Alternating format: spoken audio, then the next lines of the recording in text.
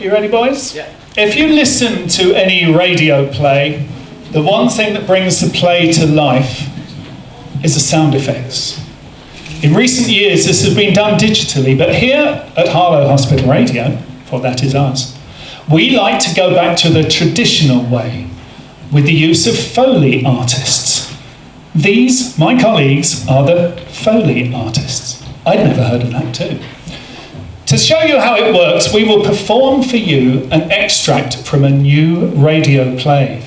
So if you are sitting comfortably, we bring you Simon Shovel and the Case of the Mysterious Stranger. It was a cold and murky Sunday afternoon as I sat in the study of my penthouse suite, overlooking the views of London in the distance. I decided to heat the room.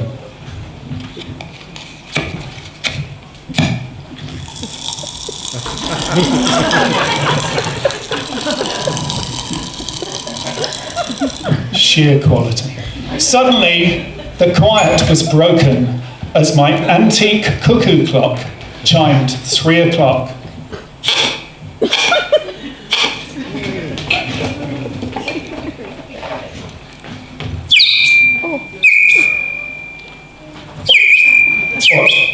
Or it might have been 4, 5, possibly 6, actually, to be honest with you. I gazed out of the window, contemplating my last case, when a tiny robin flew down and landed on the balcony.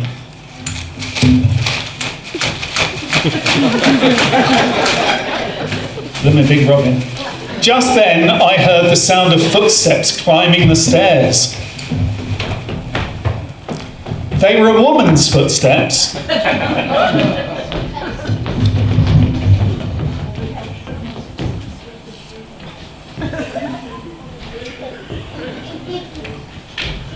The woman took her time coming the stairs, but eventually she was there and she started climbing the stairs.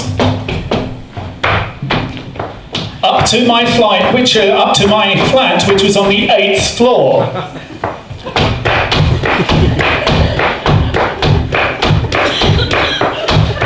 That's the first floor? No. There was a knock on the door. I opened the door, and standing in front of me was the most beautiful woman I had ever seen. 6 foot tall, blonde hair, blue eyes, and legs that went right up to her. It was the famous author, Paige Turner.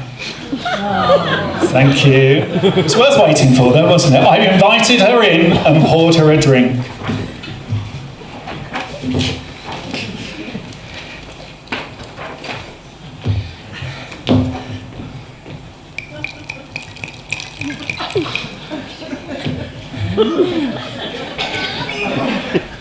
I noticed she had blood on her hand, so I filled a bowl of water so she could wash it off.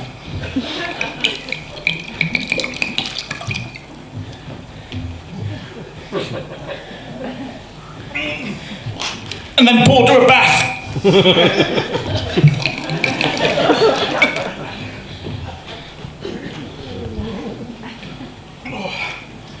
And a shower. Sorry to interrupt you guys. Can I continue, please? Yeah, I think that's for the best as well. She said she had been in a fight at the park and wanted me to catch the man who had been blackmailing her. There was no time like the present, so we headed on out and down the stairs. Not forgetting, of course, all 8 flights of stairs.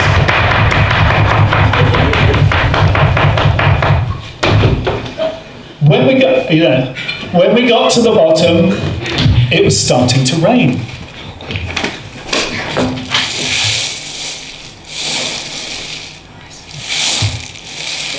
And thunder.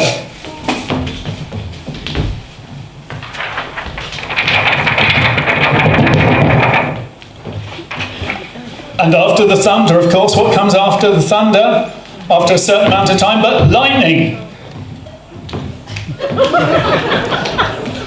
Limited budget. So we jumped on my motorbike and headed towards the park.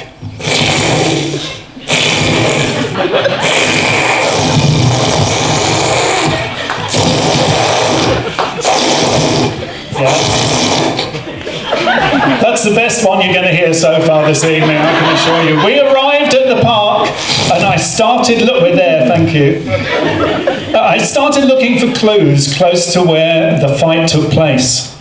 Out of the corner of my eye, I noticed a shady-looking figure lurking in the bushes. I span around suddenly and realised the shady figure was in fact notorious hitman Big Shot Brandon. He took, yeah, I know, makes you cough. He took one look at me, pointed a pistol towards my head and pulled the trigger. Bang! Luckily, he missed. I grabbed Paige, and remember, Paige Turner. I grabbed Paige and we jumped back on my bike and headed back to my house.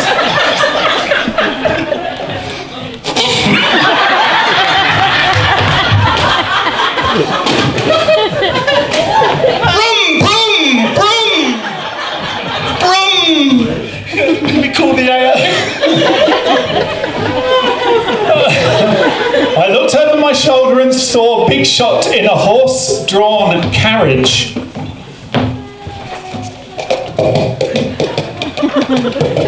A horse-drawn carriage that was being pulled by 5 horses.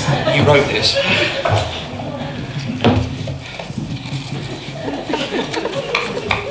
Remember, this is a horse-drawn carriage.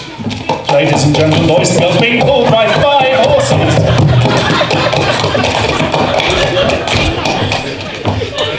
We got back to mine, dumped the bikes in the garage, and headed upstairs to my apartment. They took the lift.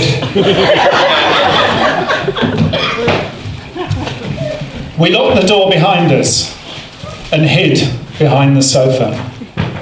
It all went silent. Not a pin drop could be heard. My heart was pounding so hard and Paige was shivering nervously. Footsteps stopped outside the door and there was a pause. Then smash, the door shattered off its hinges. Big Shot slowly crept into the room, eyes darting around every shadow, looking for any form of movement. He strode into the room, inching closer to our hiding space. A bead of sweat trickled down my face, tickling my nose. I felt a sneeze creeping into my nostrils. To find out what happens next, tune in same time next week. Thank you very much.